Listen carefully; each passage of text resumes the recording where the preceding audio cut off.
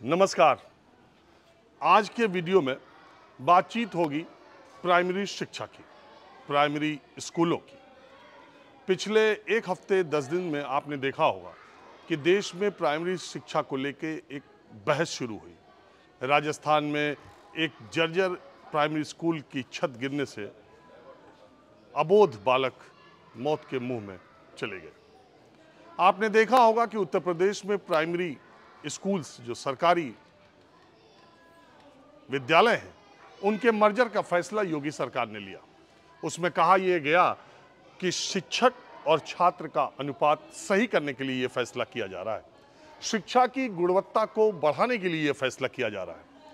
और बाद में जब उसका विरोध हुआ या सरकार को परेशानियों के बारे में पता चला, तो उसने फैसला किया कि 1 किलोमीटर से दूर और 50 छात्रों से कम वाले 50 छात्रों से ज़्यादा स्कूल वाले विद्यालयों का मर्जर नहीं किया जाएगा। अगर ऐसा हुआ है तो उसको निरस्त कर दिया जाएगा। मैं अपने गृह जनपद आजमगढ़ में था। इस खबर के आने के बाद मैंने सोचा कि आपको प्राइमरी शिक्षा से जुड़े और एक ऐसा बदलाव, एक ऐसी शुरुआत आजमगढ़ जिले के वासुपार गांव में हुई है, जिसको आपको दिखाना चाहिए और इस पर चर्चा भी करनी चाहिए। सबसे पहला सवाल ये है कि प्राइमरी स्कूलों में, सरकारी प्राइमरी स्कूलों में पढ़ता कौन है। मेरे पास कोई आंकड़ा नहीं है, लेकिन जितने स्कूलों को मैंने देखा है, और इस स्कूल में भी कुल 90 छात्र आज की तारीख में हैं। हालांकि स्कूल का एक हफ्ते पहले उद्घाटन जो ये नया हुआ है, जो मैं आपको दिखाने जा रहा हूँ, तब से उन 90 छात्रों में 80% एससी समाज से, दलित समाज से, और बाकी में 90% जो बचते हैं उसमें 90%, यानी 90 छात्रों में से 85-87 छात्र या तो एससी समाज के हैं और या मुस्लिम समाज के। खैर, दोनों की बस्ती भी यहाँ है। और ये लोग वो हैं, इन 90 के 90 छात्रों के पेरेंट्स के पास 2 पहिया वाहन नहीं, साइकिल है या किसी घर में नहीं। ये वो लोग हैं जो भूमिहीन किसान हैं, यानी उनके पास अपनी कोई ज़मीन नहीं, वो दूसरे की ज़मीन पर खेती करते हैं और उसका जो मेहनताना उन्हें मिलता है। ये वो लोग हैं जो दूसरे के घरों का काम करते हैं, मजदूर, श्रमिक वर्ग के। तो पेरेंट्स के लिहाज से, आय वर्ग के लिहाज से मैंने आपको बता दिया। जाति के लिहाज से अगर आपको समझना है तो यह भी जान लीजिए कि देश के और खास करके उत्तर प्रदेश के प्राइमरी स्कूलों में 80% जो जनसंख्या है वो दलितों की, दलितों की या ऐसे मुसलमानों की जिनको आप दलित ही कह सकते हैं या दलितों से बदतर कह सकते हैं। और आय वर्ग के हिसाब से अगर आप देखेंगे तो इसमें वही लोग हैं जो 2 पहिया वाहन या बाइक भी नहीं ले सकते। इन्हीं के बच्चे पढ़ रहे हैं। और ऐसे में अगर सरकार 50 की जगह 49 का फैसला करे और स्कूल को बंद कर दे, जैसे इस स्कूल को ही अगर 49 की संख्या में बंद कर दे, ये एक बहुत चलता हुआ रोड है और 1 किलोमीटर दूर जाए। आजकल बाइक, 4 व्हीलर्स चलाने वालों की संख्या कैसी है और वो किस तरह से रोड पर चल रहे हैं। क्या कोई अपने बच्चे को उस रोड के जरिए 1 किलोमीटर पैदल रोज जाना, रोज आना या कर सकता है? ऐसा क्या है? और प्राइमरी शिक्षा को लेकर सरकारें कितना गंभीर हैं? ये सवाल ये भी है कि पिछले 7 वर्षों में उत्तर प्रदेश में प्राइमरी शिक्षकों की भर्ती नहीं हुई। सवाल ये उठता है कि ये मर्जर आगे की भर्ती को रोकने के लिए भी है, तो फिर ये बीएड, डीएड और ये बीटीसी जैसे एग्जाम क्यों कराए जा रहे हैं? क्यों बेरोजगारों को लगातार शिक्षक बनने का सपना, ख्याली पुलाव पकाया जा रहा है जब वैकेंसी नहीं निकल रही? और क्या उत्तर प्रदेश के चुनाव से पहले ही प्राइमरी शिक्षकों की भर्ती होगी? और ये चुनाव से पहले बेरोजगारों के लिए भर्तियां निकालने का ये जो ट्रेंड है, ये किस तरफ हमें ले जा रहा है? और भी बहुत सारी बातें प्राइमरी शिक्षा से जुड़ी मैं करूंगा, लेकिन पहले आपको एक स्कूल दिखाता हूं जिसको शायद सोशल मीडिया पर आपने कभी देखा भी हो, लेकिन जिसको दिखाने के बाद आंखें चौधिया जाएंगी। क्या सिर्फ शिक्षा की गुणवत्ता के लिए छात्र और शिक्षक का अनुपात होना जरूरी है? क्या अच्छी बिल्डिंग होना ही जरूरी है?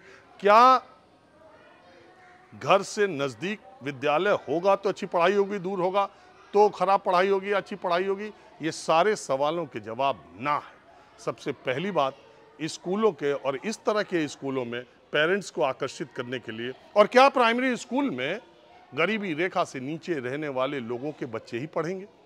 ये सारे सवाल हैं। लेकिन अगर स्कूल वैसे हो तो कैसा हो सकता है? वैसे कायाकल्प योजना के तहत प्राइमरी स्कूलों में टाइल्स तो लगवाए जा रहे हैं, बेंच तो लगवाए जा रहे हैं, लेकिन पढ़ाई के लिए कितनी शिद्दत से काम किया जा रहा है, ये देखने वाली बात। तो ये जो स्कूल आप देख रहे हैं, ये प्राथमिक विद्यालय बासुपार बनकट, अजमतगढ़, आजमगढ़। प्रधानमंत्री मोदी की तस्वीर एक तरफ, योगी जी की एक तरफ। और इस स्कूल में ये जो आप क्लासरूम देख रहे हैं, ये सारे क्लासरूम हैं। और यहाँ पर मैं सारी चीज़ दिखाऊंगा। सबसे पहली चीज़ जो मुझे सबसे ज़्यादा आकर्षित की यहाँ आने के बाद, कि जिस समाज, जिस तबके के छात्र यहाँ पर आते हैं, आपने प्राइमरी स्कूलों में छात्रों को लंच करते देखा होगा, वो ज़मीन पर टाट पर बैठा करके उन्हें खिलाया जाता है। लेकिन यहाँ पर प्रॉपर डाइनिंग टेबल है और खाने का ये शानदार इंतज़ाम है, टाइल्स लगी हुई है, छात्र लंच यहाँ पर करते हैं। मैं दूसरा ये रसोई घर आपको दिखाता हूँ। इसकी स्वच्छता, इसके सारे इंतज़ाम, खाना पकने की व्यवस्था आप देखिए। किसी भी महानगर के किसी भी अच्छे खासे परिवार के जो किचन का इंतज़ाम होता है, सफाई होती है, पूरी टाइल्स लगी हुई, सारी चीज़ें। और ख़ास बात ये कि इस स्कूल के सारे कमरों में सीसीटीवी कैमरे लगे हुए, कुल 16 कैमरे, पानी पीने का इंतज़ाम, टंकियाँ, और जो चीज़ दिखाता हूँ।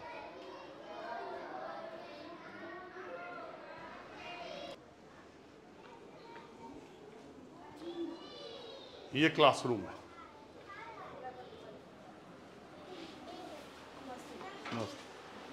आइए, अंधेरा है, बच्चे अभी आपको दिखाई नहीं दे रहे।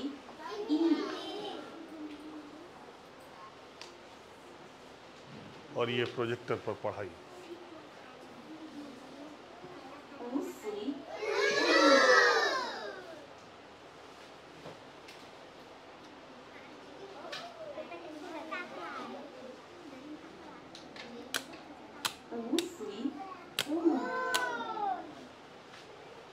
अब ये क्लासरूम देखिए, ये बच्चे देखिए, ये नौनिहाल, इनकी उम्र देखिए, इनकी शारीरिक ताकत कितनी होगी, इनको आप देखिए।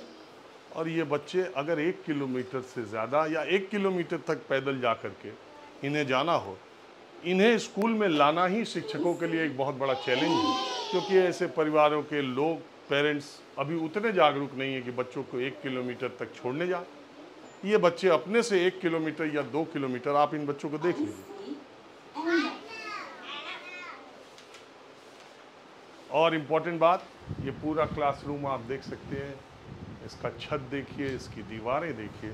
और ये fully air condition primary school है, हर कमरे में एसी लगा हुआ क्लासरूम। इसी तरह की पढ़ाई इस प्राइमरी स्कूल में हो रही है। राहुल सांकृत्यायन आजमगढ़ के रहने वाले थे। अल्लामा शिबली नोमानी, आप जानते हैं, प्रख्यात शिक्षाविद 19वीं शताब्दी के, वो भी आजमगढ़ के रहने वाले थे। अब एक क्लासरूम ये भी है।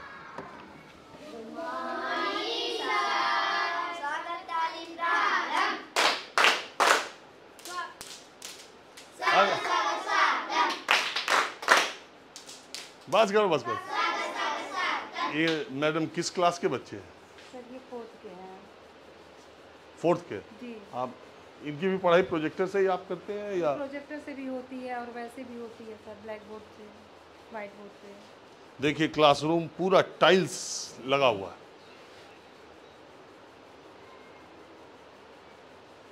सारे उसी तरह के रूम, एयर कंडीशनड, कर्टन, ये सारे स्कूल। उत्तर प्रदेश में ऐसे प्राइमरी के स्कूल इससे पहले मैंने नहीं देखे, आपने भी नहीं देखे होंगे। इस ज़िले में भी ये अपने तरह का अनूठा और पहला स्कूल है। देश में अगर प्राइमरी स्कूल को बचाना है तो सरकारों को, समाज को और उन संस्थाओं को उसी तरह काम करना पड़ेगा। और इन स्कूलों में जब जिस समाज की बात मैंने की, जिस आय वर्ग की बात की, उससे इतर लोग आना शुरू करेंगे। क्योंकि अब प्राइमरी स्कूल के टीचर वो टीचर पहले भी शानदार थे, और इन दिनों जिनकी भर्तियां हो रही हैं वो लोग ज़्यादा हैं जो प्रतियोगी परीक्षाओं में दे रहे थे, और जिनके ज्ञान का स्तर प्राइवेट स्कूल के अध्यापकों से कहीं बेहतर है। ज़रूरत है उसको ज़्यादा से ज़्यादा यूटिलाइज करने की। सरकारें इसको करने के बजाय फैसले उलट पुलट तरीके के ले रहे हैं, और समाज के जिस वर्ग को शिक्षा की सबसे ज़्यादा आवश्यकता है, बच्चों को जिस बात की सबसे ज़्यादा आवश्यकता है, खतरा सबसे ज़्यादा प्राइमरी स्कूलों पर मंडरा रहा है। और अब आपको मैं लाइब्रेरी दिखाता हूँ। आप जानते ही होंगे, नहीं भी जानते होंगे तो कैफ़ी आज़मी, आजमगढ़ के कैफ़ी आज़मी पुस्तकालय का नाम है। और ये लाइब्रेरी दिल्ली, मुंबई, चेन्नई, बेंगलोर के कितने प्राइवेट स्कूलों में ऐसी लाइब्रेरी होगी। और एक बात और, अगर आप पश्चिम बंगाल के सरकारी स्कूलों में जाएं, मैं जाता रहता हूं तो मुझे पता है,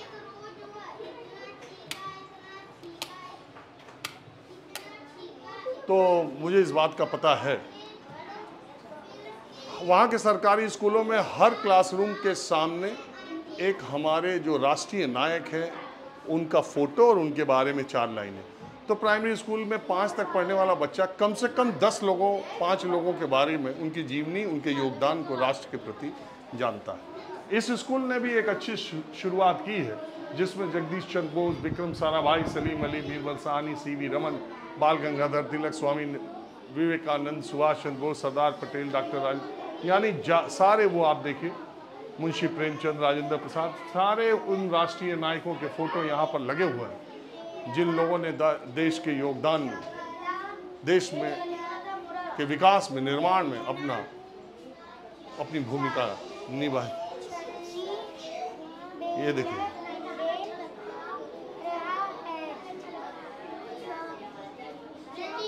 देखिए बच्ची पढ़ रही है।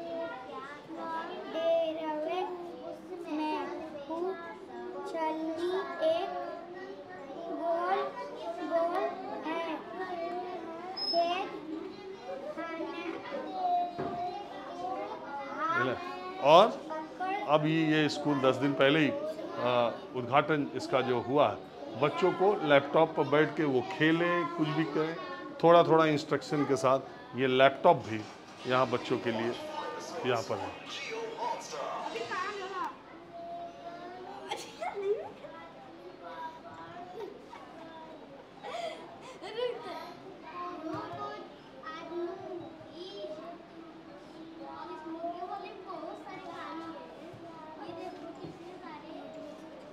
इस तरीके से, इस तरह के प्राइमरी स्कूल को देख करके आपके दिमाग में बात आ रही होगी कि देश की प्राइमरी शिक्षा को सुधारने के लिए क्या प्रयास करने की ज़रूरत है।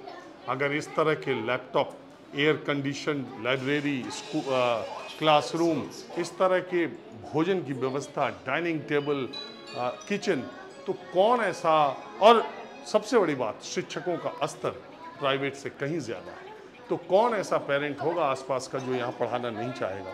अगर इस तरह के स्कूलों को बनाने की दिशा में प्रयास किया जाए, बजाय इसके कि बंद किए जाएं, तो मुझे लगता है कि एक अलग चीज़ हो। और एक नायाब चीज़ मैंने देखी, एक नायाब कोशिश मैंने देखी, मैंने सोचा आप तक इसे पहुँचाना चाहिए। आपके दिमाग में बातें आ रही होंगी कि आखिर ये स्कूल बना कैसे, ये स्कूल ऐसा हुआ कैसे। तो इसके पीछे एक ग्राम प्रधान और एक प्राइमरी स्कूल के टीचर और जनता के प्रतिनिधि के तौर पर जो और लोग हैं, जो पंचायत से जुड़े हुए, इस ब्लॉक से जुड़े हुए लोग हैं, उन लोगों का इस स्कूल में, लेकिन जो महती जिम्मेदारी ग्राम प्रधान ने निभाई है, उसके बारे में अब मैं, और इस स्कूल के पीछे उन लोगों ने कैसे क्या किया, कहाँ से पैसा आया, किस मद से आया, और कैसे ये सोच विकसित हुई, थोड़ा उन लोगों से भी आपको मिलाता हूँ।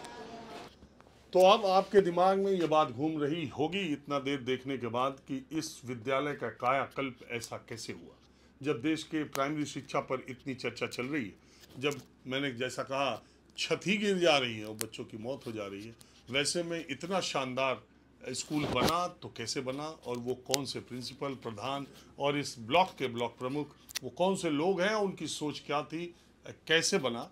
मैं प्रिंसिपल साहब के कमरे में वो देख लीजिए, अब बहुत सारे जिलों के बेसिक शिक्षा अधिकारी जो जिले स्तर के अधिकारी होते हैं, उनका कमरा शायद ऐसा ना हो जैसा प्रिंसिपल साहब का, एयर कंडीशन और यहाँ सारी सुविधाएं मैंने आपको बताई। और दूसरी बात ये कि ग्राम प्रधान आप हैं, ब्लॉक प्रमुख जी हैं, और इस विद्यालय के प्रिंसिपल धनंजय मिश्र जी। तो धनंजय जी पहले ये बताइए जी कि इस पहले जब जिस हालात में आप इस स्कूल में थे और बदले हुए हालात में आप अपने अंदर क्या परिवर्तन महसूस करते हैं? बहुत बहुत परिवर्तन महसूस कर रहे हैं। बहुत खुशी है कि हमारे प्रभु जी, प्रधान जी हमारा विद्यालय के कायाकल्प की योजना को बढ़िया से काम किया। आज हम बहुत खुश हैं। हमारे बच्चे, अभिभावक, जो भी लोग हैं, सब लोग खुश हैं और उसी हालात में मिल रहे हैं। दूर दूर से एडमिशन के लिए लोग आ रहे हैं। ये जब से उद्घाटन हुआ, जी, जब से कायाकल्प हुआ, जी। तब से आपके यहाँ इंक्वायरी करने या एडमिशन के लोगों की संख्या बहुत बड़ी सर, बहुत बड़ी है। कम से कम 2500 अभिभावक आके मिले। उनके बच्चों का एडमिशन मैंने करीब 12-14 इधर किया भी है। अभी आज भी लोग आए थे। तो रेगुलर बच्चे आ रहे हैं, दूर दूर से आ रहे हैं। 4-4, 5-5 किलोमीटर दूर से लोग आने के लिए तैयार हैं। और मैंने कहा कि अपनी वाहन व्यवस्था बना लीजिए, तो अपना बच्चों को भेजिए और मैं पूरी व्यवस्था उनको दूंगा। चूँकि निःशुल्क व्यवस्था है, मैं जो भी अपने बन सकूँगा उनका शिक्षण कार्य उनका पूरा करूँगा। अब इस स्कूल के कायाकल्प के धुरी इस गांव के ग्राम प्रधानों पर तमाम तरह के आरोप आप सुनते ही रहते हैं, प्रधान निधि, मनरेगा, बहुत तमाम चीज़ें। लेकिन ऐसे में ही एक ग्राम प्रधान ने ऐसा काम किया है जिसकी सिर्फ सराहना नहीं की जानी चाहिए, बल्कि उससे एक रास्ता लेने, एक सीख लेने की भी आवश्यकता है तमाम उन ग्राम प्रधानों को। और ज़रूरी नहीं कि राष्ट्रीय और प्रादेशिक सरकारों के भरोसे रहकर ही कोई काम किया जा सकता। स्थानीय प्रतिनिधि भी अगर चाहें तो ब्लॉक लेवल पर, ग्राम सभा के लेवल पर वो बदलाव कर सकते हैं। सबसे पहले आप अपना नाम बताइए। जी, मैं अब्दुल वहाब, प्रधानपति, ग्राम पंचायत बासुपार बनकट, ब्लॉक अजमतगढ़, डिस्ट्रिक्ट आजमगढ़, उत्तर प्रदेश। अच्छा, एक इंटरेस्टिंग बात और है, वो सरफराज क्रिकेटर भी आप ही के गांव जी के? जी, हमारे ही गांव के सरफराज क्रिकेटर जो इंडिया टीम खेलते हैं। हाँ, देखिए जिनकी तस्वीर लाइब्रेरी में लगी हुई है। अच्छा, फोटो लगी हुई है। वो सरफराज जो क्रिकेटर है, मुंबई की तरफ से खेलते थे, वो भी नौशाद, उनके पिताजी, उनके 2 बेटे हैं, आप जानते ही हैं, ये भी उनका भी गांव है। तो वहाब साहब, सबसे पहले तो ये शिक्षा के प्रति आपका लगाव या ये सोच कि इस स्कूल को ऐसा बनाया जाए जिसमें एक तिनका भी कहीं कोई कमी आपने नहीं छोड़ी, air condition, wifi, camera, laptop, ये सारी चीज़ आपने कर दी जो प्राइवेट स्कूलों में नहीं होती। तो ये कैसे आपके दिमाग में आया? आपने कहीं देखा था, कहीं पढ़ा था, या आपका पढ़ाई के प्रति रुझान, या आप पढ़ नहीं पाए थे, क्या बात क्या थी? देखिए, सबसे पहले जब मुझे यहाँ के प्रधानाचार्य ने जीतने के बाद झंडा रोड पे आमंत्रित किया तो मैं आया इस विद्यालय में। और चूँकि मैं भी प्राइमरी पाठशाला का छात्र रहा हूँ, और जो प्राइमरी पाठशाला की शिक्षा होती है वो एक ऐसी बुनियाद होती है कि संस्कृति की जोड़ती है। चूँकि प्राइमरी पाठशाला का पढ़ा हुआ बच्चा अपने माता पिता, अपने घर खानदान, अन्य सबकी तहजीब आ जाती है कि क्या है। तो इसलिए जब मैं इस विद्यालय में आया तो उसी दिन मुझको ये सोच आई कि मैं प्राइमरी पाठशाला को एक आदर्श विद्यालय बना के दूँ, ताकि इसमें जो गरीब बच्चे हैं, जब मैं आया तो यहाँ पे 90% समझिए कि दलित बच्चे पढ़ते थे, और उनके माता पिता इतने गरीब हैं कि हैंड टू माउथ रोज़ कमाते खाने वाले। तो मुझे बड़ा दुख हुआ और मैं उसी दिन तय किया कि मैं अपने ग्रामवासियों को एक ऐसा विद्यालय बना के दूंगा ताकि कोई माता पिता ये न कह पावे कि मेरा बच्चा आर्थिक तंगी की वजह से शिक्षा नहीं ले पाया। अरे वाह, आप वहाब साहब कितना पढ़े लिखे? आप पढ़े लिखे हैं या नहीं? मैं बीए किया हूँ, ग्रेजुएशन सिवली कॉलेज से। अच्छा जी। अच्छा, एक तकनीकी बात ये है कि इनकी पत्नी ग्राम प्रधान है, सिद्दीका परवीन, और मैंने जो ग्राम प्रधान कहा उसमें यह है कि प्रधान प्रतिनिधि कहना चाहिए तकनीकी तौर पर, लेकिन एक फैक्चुअल होता है और एक सही बात तो ये है कि आप सब काम धाम देखते हैं और हर जगह ऐसी व्यवस्था।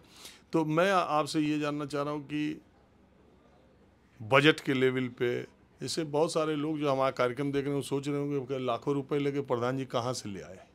देखिए, मैं सबसे पहले बता दूं कि हमारे जो बहुत ही ऊर्जावान प्रमुख हैं मनीष कुमार मिश्रा जी, जब भी मिलते थे तो हमसे यही कहते थे कि है ना, धन की कोई कमी नहीं, आप काम करिए। तो मैं उसी तर्ज पे काम किया। जब भी मिलते थे, मेरी इनसे मीटिंग होती थी, मैं कहता था कि मुझे विद्यालय बनाना है, गांव के खंजा बनाना है, नाली बनाना है। तो प्रमुख जी ने हमारे हमेशा यही कहा कि आप काम करिए, धन की कोई कमी नहीं होगी। तो मुझे और हौसला मिला, और हमारे खंड के अधिकारी, खंड विकास अधिकारी जितेंद्र मिश्रा जी और एडीओ पंचायत साहब, ये सभी लोगों ने मिल करके हमें इतना हौसला दिया कि हमने एक शिक्षा के मंदिर को एक भव्य रूप में बनाया, जो आज हमारा सपना साकार हुआ।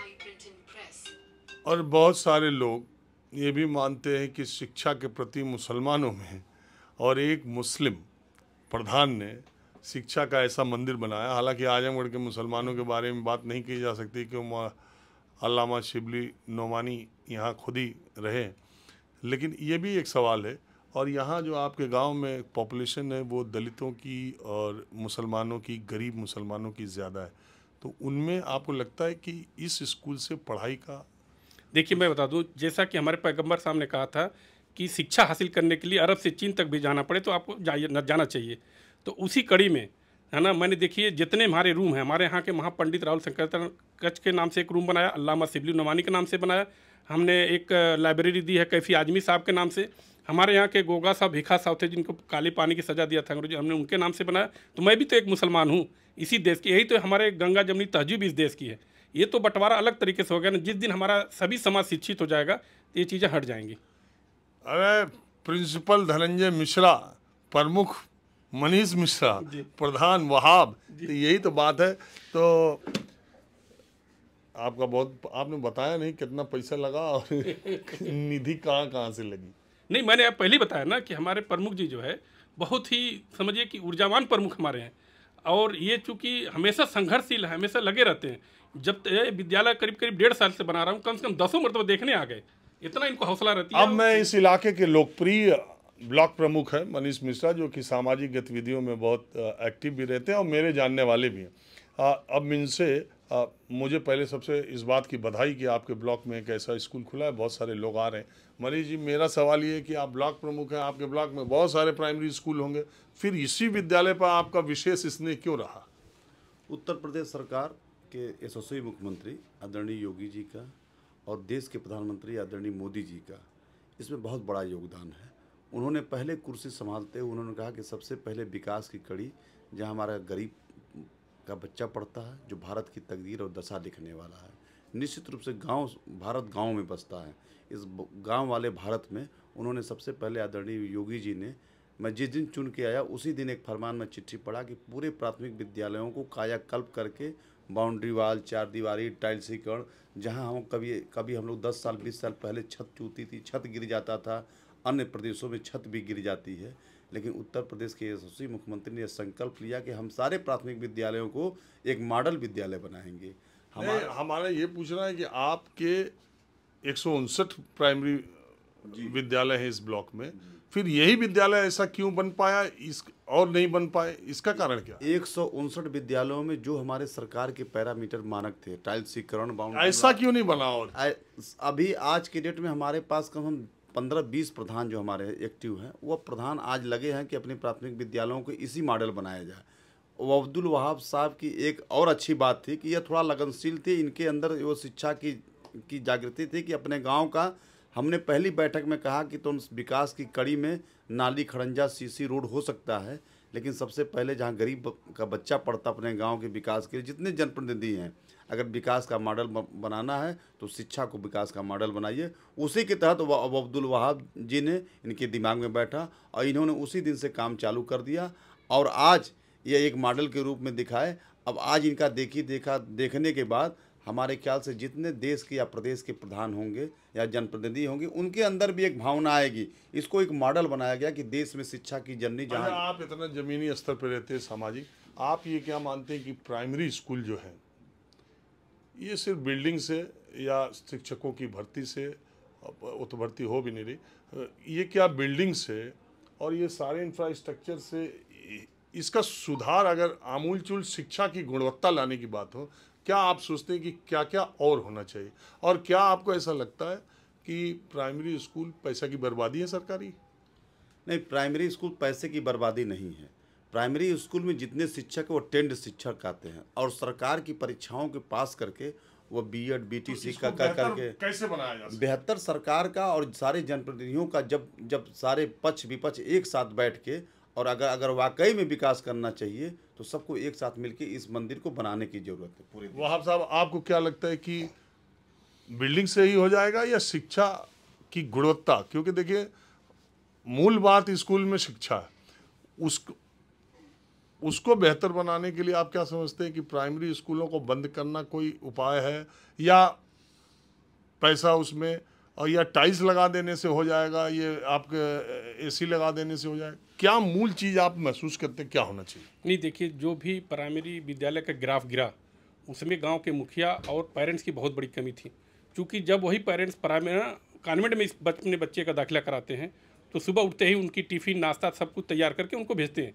अब हम लोग इस जागरूक लाएंगे और यहाँ मीटिंग बुलाएंगे पेरेंट्स की, उसी तरह अपने बच्चों को यहाँ भेजें तैयार करके, तो यहाँ के जो टीचर्स हैं उनको भी पढ़ाने में आनंद आएगा, एक फीलिंग अच्छी महसूस होगी। तो मैं आपके चैनल के माध्यम से कहना चाहता हूँ कि सरकार की शिक्षा विभाग की बहुत बड़ी योजना है। अगर इस तरह से अभिभावक तैयार हो गए और दाखिला कराना शुरू हुए तो जिस तरह से इसका ग्राफ गिरा था उसी तरह से कॉन्वेंट का ग्राफ गिरना शुरू हो जाएगा। और प्रिंसिपल साहब, आपको क्या लगता है? क्योंकि इधर 15 वर्षों में हालांकि प्राइमरी के शिक्षक पहले भी बहुत काबिल थे, ऐसा नहीं है, लेकिन इधर जो 10-15 वर्षों में चर्चा ये होती है ना कि प्राइवेट और कॉन्वेंट का बहुत बढ़ गया, वहाँ के शिक्षकों के आईक्यू या उनके अध्ययन से अब प्राइमरी में आने वाले बच्चे जो ISPCS का एग्ज़ाम दे रहे हैं वो लोग यहाँ पर आ रहे हैं। तो फिर ये क्यों सोचा जाए कि अब प्राइमरी के स्कूलों में जैसे संपन्न लोग या मध्यम आय वर्ग के लोग, अरे प्राइमरी स्कूल में क्यों पढ़ाना है, सरकारी स्कूल में क्यों? ये इस मानसिकता से उबारने के लिए क्या किया जाना चाहिए? जैसे देखिए, अब हमारे प्रधान जी ने जो कार्य किया है, मूलभूत सुविधाओं को देना। अगर मूलभूत सुविधाएं मिल रही हैं तो जो बच्चे हमारे जहाँ भग रहे थे, जैसे उनको बैठने की व्यवस्थाएं नहीं थी, पंखे नहीं थे, बहुत सारी कमियां थी विद्यालयों में, अब ये दूर हो रही हैं। तो जो विभाग तो कर रहा है, लेकिन अगर गांव के जनप्रतिनिधि लोग मिलकर के कुछ काम इस तरह कर देते हैं तो फिर एडमिशन बढ़ जाएंगे, बच्चे हमारे आएंगे, हमारे शिक्षक मजबूत हैं, शिक्षक हमारे अच्छे हैं, शिक्षक पूरा मनोयोग से काम कर रहे हैं। लेकिन वह होता क्या है कि लोगों की मानसिकता में कि प्राइमरी में बहुत कुछ मिल नहीं पाता है, बैठने के लिए कुर्सी नहीं है, वह टाट बच्चे खाते हैं। आज हमारे बच्चे डाइनिंग टेबल पर खा रहे हैं, अभी आप देख रहे हैं सामने। तो देखिए CCTV में हर चीज यहाँ पर दिखाई बच्चे हमारे भोजन कर रहे हैं, ये बच्चे बैठे हैं, 16 CCTV लगे हैं, बच्चे जो खाना खा रहे हैं। तो ये सब सुविधाओं को, सारे क्लासरूम सब लगे हुए हैं, ये सब सुविधाओं को जब बच्चों को दिया गया, अब ये हमारे प्रमुख जी, प्रधान जी की बड़ी कृपा रही हमारे ऊपर, विद्यालय के ऊपर। सब में ज़्यादा आप लोगों का मैंने लिया, आप लोगों का बहुत धन्यवाद। अंतिम बात जो इस पूरे स्कूल से निकलती है, मूल बात है कि आज़ादी के 78 सालों में हमारी पॉलिसी मेकिंग दिल्ली और लखनऊ से होती है, जो ज़मीन तक आती है। अब इसको रिवर्स मोड में ले जाने की ज़रूरत है, पॉलिसी को नीचे से बनाया जाए और उसे ऊपर तक भेजा जाए, तभी आमूलचूल परिवर्तन हो सकता है। पॉलिसी मेकिंग का तरीका बदलना होता है, वो सरकारों के बदलने, नेतृत्व के चेहरों के बदलने से नहीं होगा। आमूलचूल बदलाव पॉलिसी डिसीजन और मेकिंग में नीचे से अगर अब इसको रिवर्सल मोड में लाया जाए तो शायद सार्थक पहल साबित हो पाए। आज बस इतना ही।